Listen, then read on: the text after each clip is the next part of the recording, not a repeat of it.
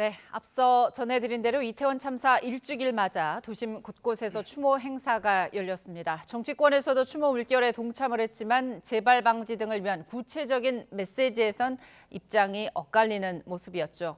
또 내일부터는 본격화할 포스트 국감에서도 예산안과 법안 등에서 대치 현안들이 산적해 있습니다. 전국 소식 두 분과 함께 정리해 보겠습니다. 송태영 종북대 행정학과 겸임교수, 배종호 세안대 교수 나오셨습니다. 어서 오십시오. 안녕하세요. 네, 안녕하세요. 네, 안녕하십니까. 오늘 이태원 참사 일주기 맞아서 정치권도 일제히 추모 물결에 동참하는 그런 모습입니다. 여야 다 논평을 내놨는데요. 여당 같은 경우 안이한 안전대책, 또 안전의식 부재 등을 원인으로 지목하면서 이 비극을 정쟁화해서는 안 된다 이런 얘기를 했고요. 야당은 참사 1년이 지났지만 책임지는 사람이 아무도 없다 그러면서 정부를 비판했습니다. 여야의 평가가 엇갈리고 있는데 두 분은 이 논평들 어떻게 보셨을까요? 먼저 송 교수님부터. 네, 오늘 이태원 참사 일주기 아니겠습니까? 저도 네. 국민의 한 사람으로서 참 슬픕니다. 159명이라는 많은 분들이 희생된 이태원 참사가 네. 대한민국의 비극이고 대한민국의 슬픔이 아닐 수 없습니다. 그래서 오늘 대통령을 비롯해서 여야 정치권 그리고 모든 국민들이 오늘을 추모하고 그리고 향후 안전에 대해서 더 많이 생각한 하루가 아닌가 이런 생각을 합니다. 이태원 참사는 우리 사회에 많은 면에서 과제를 안겨줬다고 생각을 합니다. 네. 그래서 첫 번째는 어떤 그 안전에 대한 어떤 법적, 제도적 장치 관련된 부분, 그리고 안전에 관련된 그 국민의 의식 관련된 부분, 이런 부분에 네. 대해서 우리한테 과제를 남겨주셨는데, 네.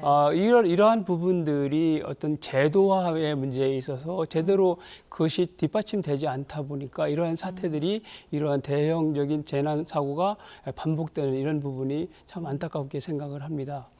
2014년도 세월호 참사 때 우리 사회가 많은 대가를 치르고 큰 교훈을 얻었습니다. 그렇지만은 재발 방지 대책이나 향후 대책에 대해서 시스템화하는 그런 노력에서 조금은 성공하지 못하고 실패하지 않았나 하는 생각이 듭니다. 그래서 대체로 이런 큰 사태가 또 어떤 사건이 발생하면 대체로 이성적이고 객관적인 분석과 그리고 대책을 세우기보다는 감정적이고 정치적인 쟁점화되는 부분이 크다고 생각하고 그것이 또 어떻게 보면 일반적이라고 생각을 합니다. 그렇지만은 이런 사태에 대해서 철저하게 원인 규명을 하고 대책을 세우고 향후 대책을 세우는 이런 면에서 큰 어떤 그 계기가 되어야 된다고 생각을 하는 것입니다. 그래서 이번에 이태원 참사와 관련된 부분도 지금 향후에 어떤 제도와 관련된 부분이 아주 진척이 되고 있지 못합니다. 예. 지금 그 재난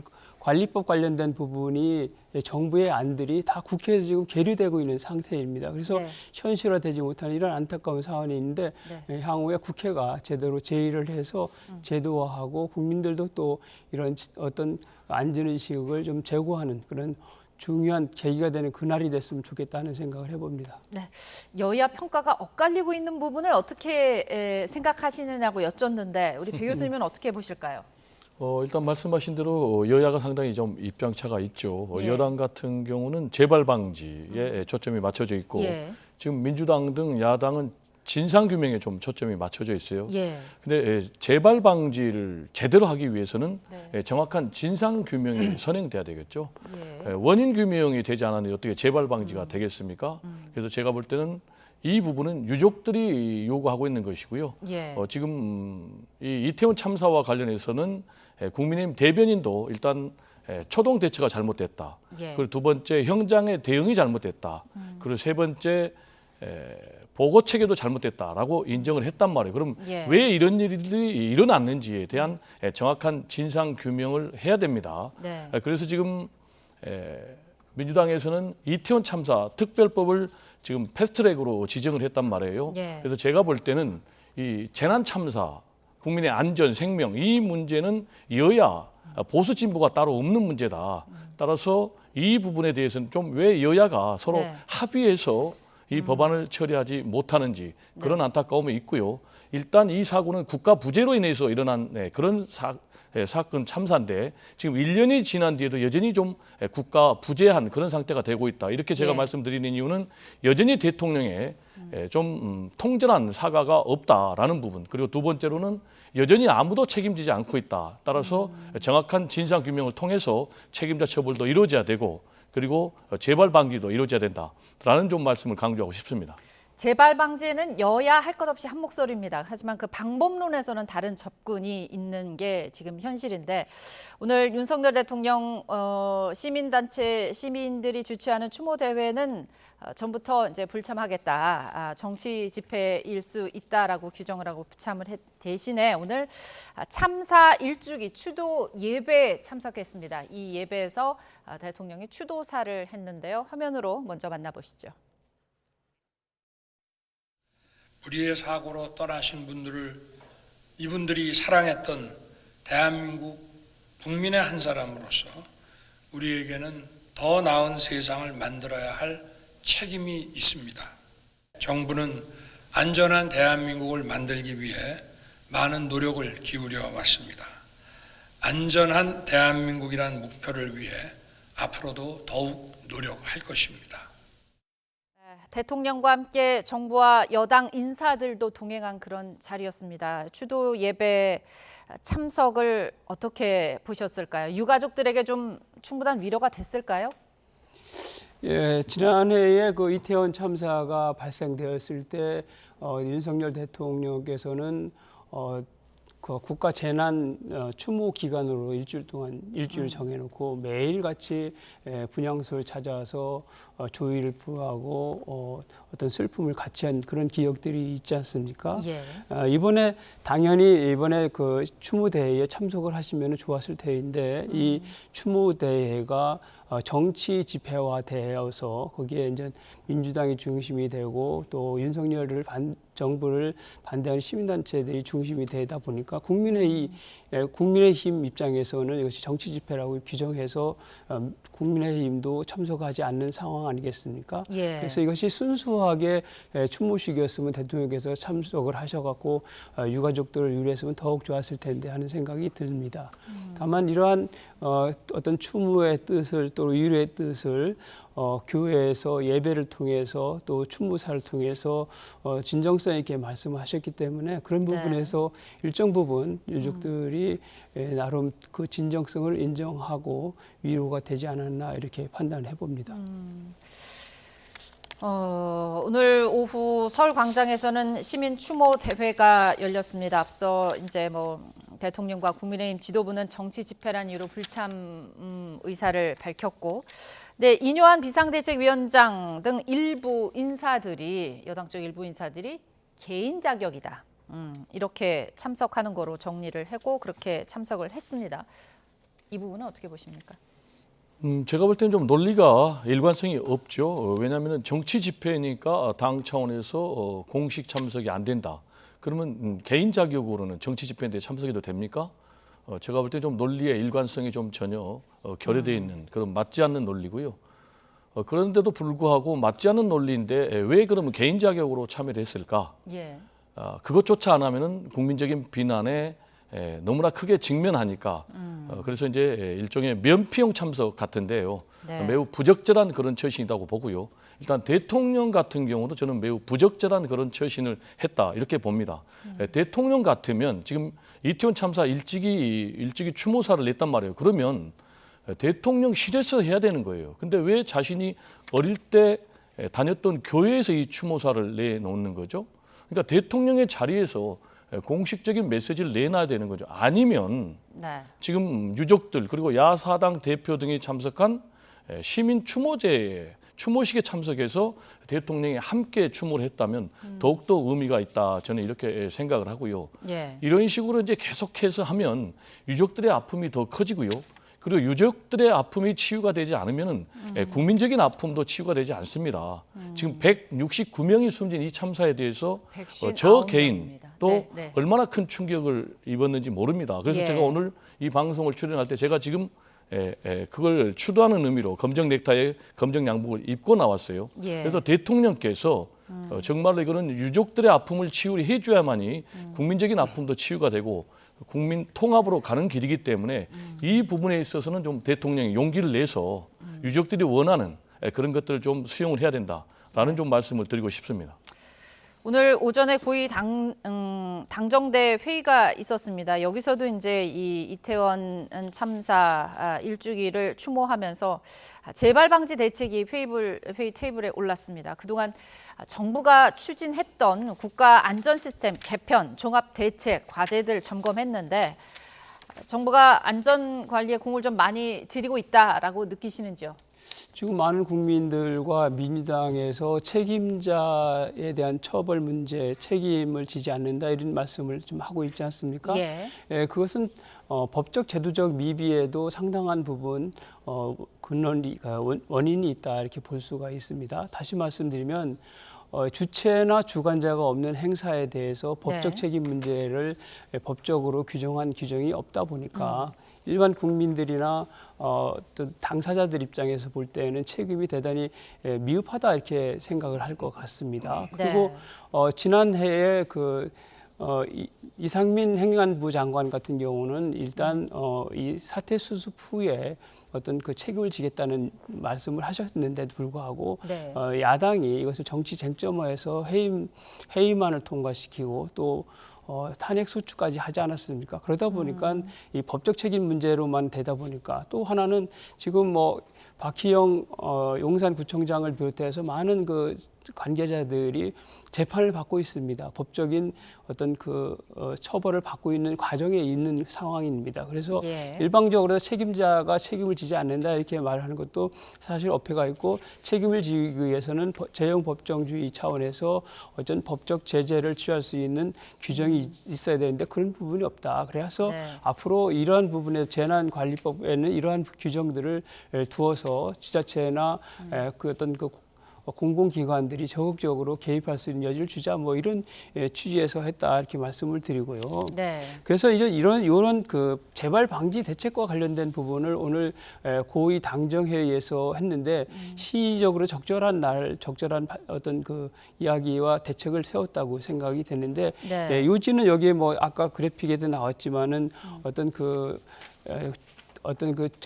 주체자가 없고 주관자가 없는 행사에 대해서 지자체가 책임을 더 많이 갖게 하고 그리고 지자체에는 재난 선포권이랄지 이런 권한까지 주어서 실질적으로 이러한 행사에 대해서 안전 대책을 세우는 이러한 부분까지를 지금 정부가 내놓고 있는 것이고 그것이 지금 국회에서 계류되어 있는 상황인데 안타깝지요. 지금 국회는 지금 민주당이 압도적으로 장악하고 있는 민주당의 국회 아니겠습니까? 국회에서 이런 진상규명도 주지만 향후 대책 관련된 부분에 대해서 적절하게 그리고 적극적으로 민주당이 협조했다면 벌써 1년이 지난 지금은 제도적으로 많이 실체화되지 않았겠나 하는 안타까움과 아쉬움이 있습니다. 네, 참사 직후에 여야 모두가 진상규명, 재발 방지 강조하면서 국정조사도 진행했습니다. 현재 관련해서 또 재판도 진행 중인데 정부 모두 재발 방지 법안을 쏟아냈지만 송 교수님 말처럼 지금 정작 국회 문턱을 넘은 법은 하나도 없습니다. 이 부분은 어떻게 평가해야 될까요? 거대 야당의 책임도 어떻게 보면 이 부분에서는 물을 수 있는 부분이라고 생각하는데. 일단 여야가 서로 이 문제를 놓고 정쟁으로 치닫고 있는 것은 부인할 수 없는 거죠. 근데 이제 우리 교수님께서 민주당이 협조를 하지 않았다라고 이제 책임을 민주당으로 돌리고 있는데요. 기본적으로 이 사건 자체가 정부가 책임져야 될 그런 사건입니다. 그리고 대책도 정부가 내놔야 된다. 그래서 국가 운영의 책임은 기본적으로 정부 여당에 있다라는 말씀 좀 드리고 그렇지만은 이거를 야당으로 책임을 넘긴다면은 집권의 그런 이유 자체를 망각한 매우 부적절한 발언이다 말씀드리고 싶고요. 아까도 말씀드렸듯이 진상규명이 되지 않았습니다. 진상규명이 돼야만이 책임자도 처벌하고 재발방지제도 만드는데 그래서 그렇기 때문에 지금 민주당에서 이태원 참사 특별법을 지금 패스트트랙에 태웠지 않습니까? 근데 여기에 대해서 어떻게 나왔습니까? 지금 국민의힘 같은 경우는 아예 불참을 했어요. 만약에 국민의힘이 진상규명을 찬성한다면 그래서 재발방지책을 만드는데 찬성한다면 당연히 함께 했어야죠. 그래서 이 책임은 분명히 오히려 집권당이 국민의힘에 있다라는 좀 말씀을 드리고요. 그리고 기본적으로 이 재발 방지를 하기 위해서는 재난 원인 조사 보고서가 나야 됩니다. 근데 여태껏 지난 9년간 31건에 대해서는 재난 원인 조사 보고서가 작성이 됐어요. 근데 이태원 참사에 대해서만 지금 국민의힘 그리고 정부 측에서 경찰, 검찰의 수사 중이라는 이유로 재난 원인 조사 보고서를 작성을 안 했거든요. 이 부분은 명백하게 정부의 책임이다라는 좀 말씀을 드리고 싶고요. 두 번째로는 국가안전 시스템 개편 종합 대책이 97개 분야의 세부 과제가 마련이 돼 있습니다. 근데 이 가운데 13건밖에 완료가 안 됐어요. 그러니까 13%밖에 못 했다는 것이죠. 이거는 분명히 정부의 책임이다라는 말씀을 좀 드리고 싶고요. 그리고 인파 관리 매뉴얼에 대해서 분명히 나와야 되는데 아직까지 나오지 않고 있다라는 것. 그리고 마지막으로는 이태원 참사에 대해서 지금 1년이 지났는데 감사원은 아직까지 감사를 시작하지 않고 있습니다. 기초 자료를 이제야 수집을 하고 있습니다. 그렇다면은 지난번에 잼버리 파행 때는 즉각적으로 감사에 들어갔거든요. 그러면 이거는 감사가 편파적으로 지금 감사를 하는 거예요. 169명이 숨진 엄청난 이 비극을 정말로 무겁게 받아들인다면 즉각적으로 감사에 들어갔어야 되지 않겠습니까? 이런 것 등등을 얘기를 하면은 정부 여당의 책임이 끝없이 많은데도 불구하고 민주당 타령을 하는 우리 교수님 좀 제가 볼 때는 안타깝습니다.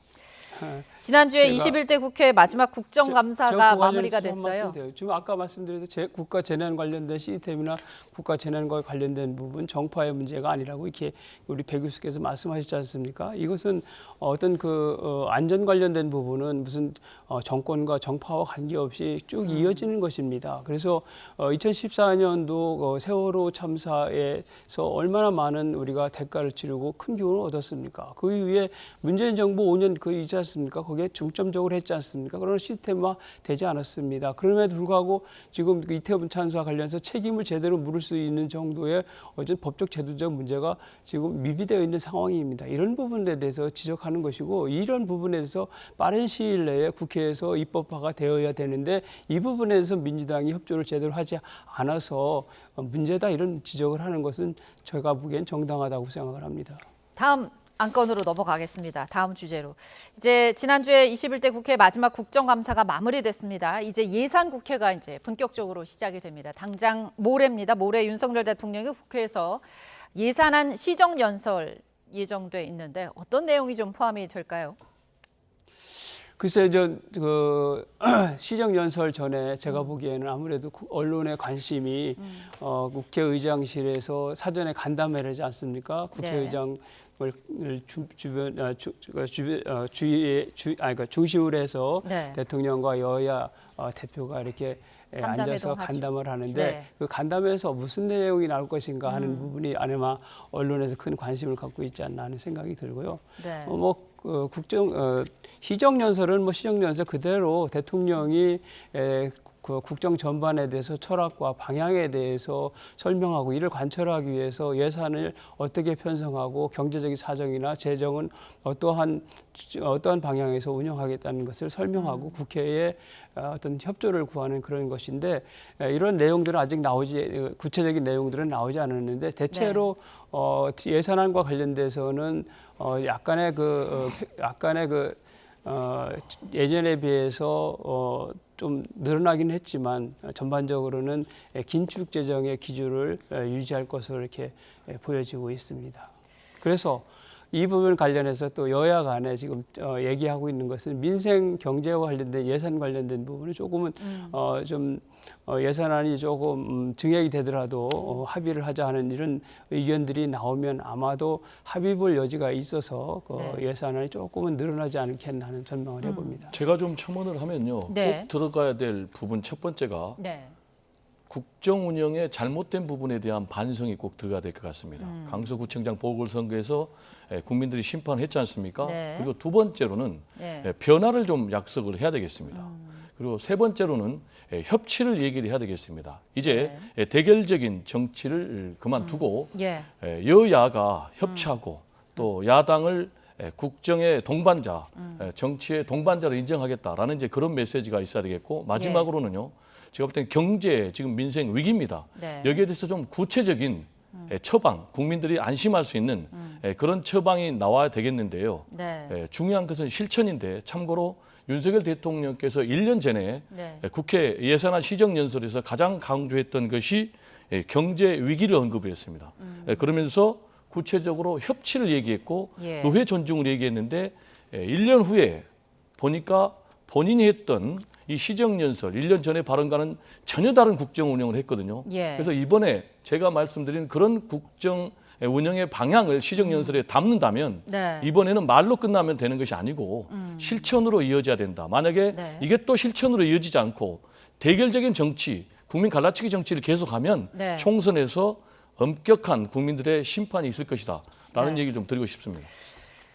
조금 전에 이제 손 교수님이 잠깐 언급을 해주셨습니다만 이제 대통령이 시정 연설을 하러 국회에 올 때 대통령과 여야 대표 3자 회동이 가능할 수 있습니다. 이면 위원장, 비상대책위원장은 만나야 한다는 이런 입장인데 윤 대통령이 어떤 선택을 좀 하게 될까요? 글쎄요, 그동안 이제 소위 말해서 여야 영수회담을 추진해야 된다. 이런 또 실제로다가 이재명 대표가 한 9차례, 10차례 정도 네. 여야 영수회담을 제안했죠. 요구를 했었습니다. 그런데 현실적으로 여야 영수회담은 제도적인 그런 용어도 아니고 사실은 대통령이 특정 정파의 무슨 총재나 대표도 아니기 때문에 그런 부분은 적당하지가 않는 부분이 있고 그래서 제도적인 면에서 그런 거고 그러나 정치적으로는 만나서 국정에 대해서 논의하고 협력하는 것은 필요하다고 생각합니다. 그동안 문제가 됐던 것은 이재명 대표가 그동안 어떤 그 사법 리스크 관련된 부분이 있기 때문에 네. 법치의 수호자가 될 대통령으로서 이런 부분에서 형식적인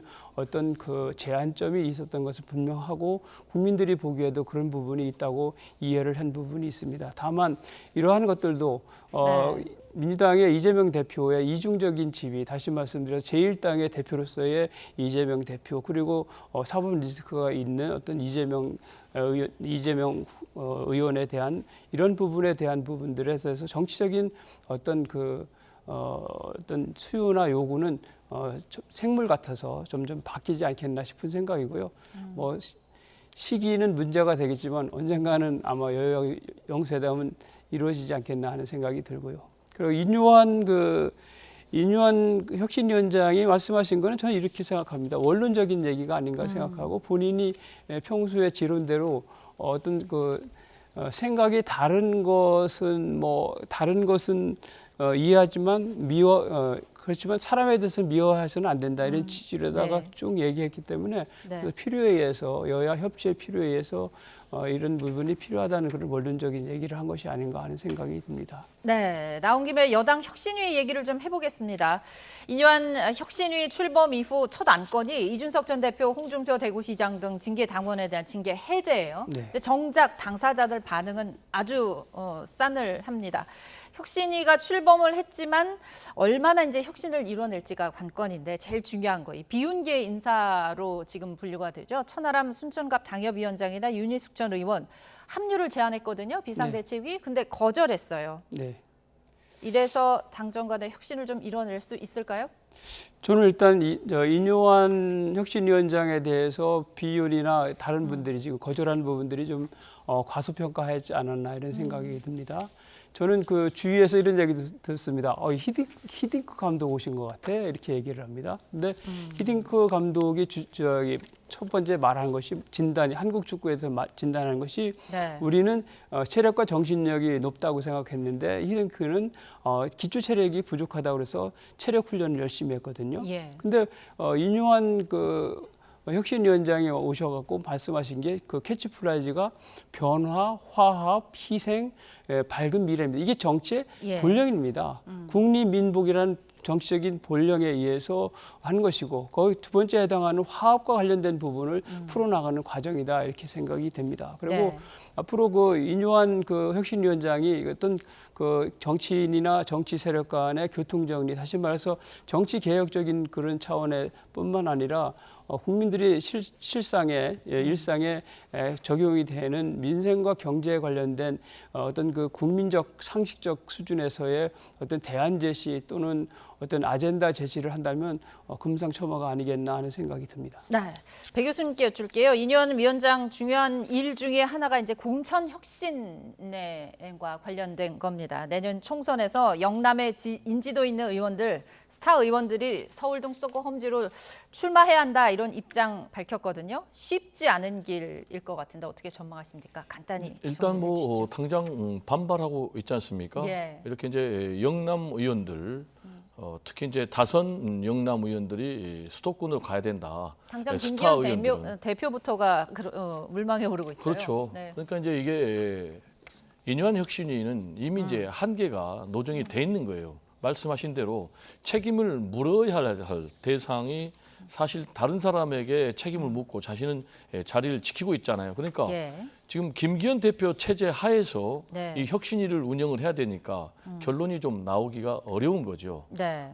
지금 당장 아까 말씀하셨지만은 대사면을 내렸는데 지금 이준석 지금 전 대표 같은 경우도 반대한다. 네. 지금 홍준표 대구시장 같은 경우는 장난치지 마라 이렇게 나온단 말이에요. 예. 그런데 두 번째로 내놓은 게 이제 물갈이인데 물갈이를 하려면은 지금 뭐 하태경 의원처럼 자리를 비워줘야 되는데요. 자리를 비워주는 사람 지금 더 이상 안 나오지 않습니까? 만약에 이 사람들이 이 조직적인 저항에 나설 경우에는 지금 인요한 위원장이 내세우고 있는 통합과는 정반대의 모습이 나올 수가 있고 네. 특히 이제 영남의 중진들이 조직적으로 김기현 대표를 흔들 수가 있어요. 그래서 김기현 대표 사퇴해라. 네. 그래서 비대위로 가자라고 할 경우에는 인요한 혁신은 혁신대로 실패하고 네. 김기현 대표 체제 자체도 제가 볼 때는 흔들릴 수가 있다. 그래서 네. 가장 중요한 것은 여론의 지지율인데 네. 만약에 앞으로 윤석열 대통령이 한때 30%까지 최근에 떨어졌지 않습니까? 네. 이 30%대가 무너지고 또 국민의힘 지지율이 더 떨어진다면은 김기현 대표가 자리를 지키긴 좀 어렵지 않나 이렇게 생각이 됩니다.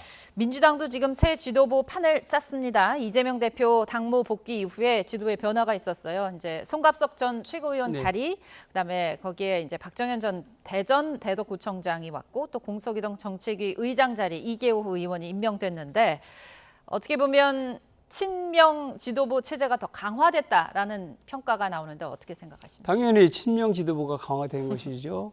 사실은 그 제2인자라고 할 수 있는 원내대표가 누구였습니까? 박광온 원내대표였지 않습니까? 소위 네. 말해서 비명계. 비명계이지 않습니까?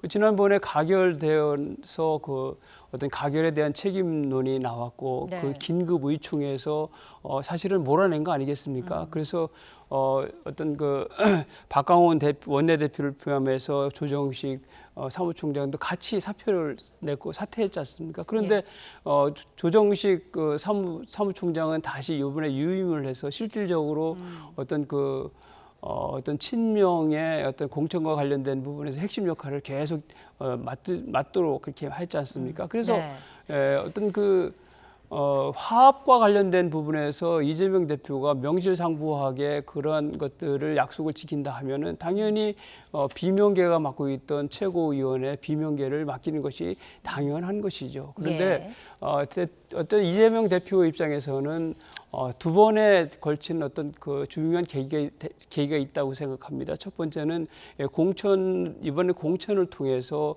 친위대 위주의 그 소위 순도 높은 어떤 사당화가 되어야 된 부분, 이 기반을 통해서 2027년도 대선 후보가 되는 그런 과정까지를 소화해야 되는 이런 전략적인 것 때문에 아마도 이번에 인사와 관련된 부분도 친명계 중심으로 가야 된다는 보관을 가지고서 총선을 이번에 넘어 한 것이다 대선까지 이미 이렇게 생각을 하는 생각합니다. 거다라고 보시는 지금 건가요? 저는 이재명 대표가 민주당을 사당화해서 결국은 민주당의 차기 대권 주자가 되겠다는 것이 목표다 이렇게 생각되고요. 거기에 어떤 조금이라도 오차가 있어서는 안 된다는 판단을 했다 이렇게 생각이 됩니다. 이재명 대표가 당무에 복귀하면서 이제 통합을 강조를 했습니다. 총선 앞둔 상황에서 이제 공천 문제가 정말 통합으로 계속 갈 것이냐 아니면 또 다시 갈등으로 갈등이 될 것이냐는 분기점이 될 건데 뭐 이미 친명계 인사들이 소위 말하는 많은 비명계 의원들의 지역에 출사표를 막 지금 던지고 있거든요. 그래서 공천 과정에서 지금 살짝 덮어지는 듯한 그런 어떤 갈등의 골이 다시 이제 폭발하는 거 아니냐 이런 얘기가 나오고 있습니다. 어떻게 보십니까? 지금 기본적으로 공천은 경쟁을 해야 되는 거죠. 예. 민주정당의 기본적인 운영 원리고요. 제가 볼 때는 국민의힘 같은 경우는 오히려 전략공천 내지는 윤석열 대통령이 오히려 찍어내리는 낙하산식 공천이 굉장히 많을 텐데요. 네. 우리 이제 교수님께서 악의적인 막 소설을 마구 써냈거든요. 공천을 해가지고 사당할 것이다 이재명 대표가. 근데요, 지금 민주당 같은 경우는요 시스템 공천을 합니다. 네. 아시다시피 지금 현역 의원들을 강제 탈락시키기도 굉장히 어려워요. 기본적으로 현역 의원들은 공천 경선에 참여를 합니다. 그리고 경선은 어떻게 되냐면 5대 5입니다. 시민 여론조사 50%, 권리당은 50% 이렇게 하기 때문에 당 대표가 개입을 할 여지가 없는 거예요. 근데 반대로 지금 국민의힘 같은 경우는 완전히 윤석열 대통령의 사당화가 돼 있는 거죠. 사당화의 근거는 첫 번째로 김기현 대표 같은 경우 대표 경쟁력이 전혀 없는데 대통령실이 개입해가지고 지금 100% 당원 투표를 했지 않습니까?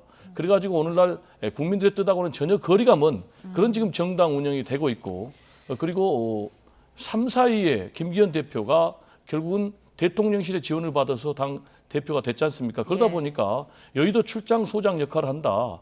수직적 상하관계의 대표다. 네. 그래서 결국 이제 참패를 했는 이런 상황인데 지금 우리 교수님께서 민주당이 사당이다라고 얘기를 하는데요. 기본적으로 지금 이재명 대표 같은 경우는 만약에 이번 총선에서 패배한다면 자신의 정치 생명이 끝나는 거예요. 그러면 어떻게 해야 되겠습니까? 총선 승리를 위해서 네. 최고의 선택을 할 수밖에 없는 거예요. 예. 그러니까 제가 볼 때는 국민들이 공감할 수 있는 네. 그리고 당원들이 공감할 수 있는 그런 시스템 공천을 할 것이다. 저는 네. 이렇게 생각을 합니다.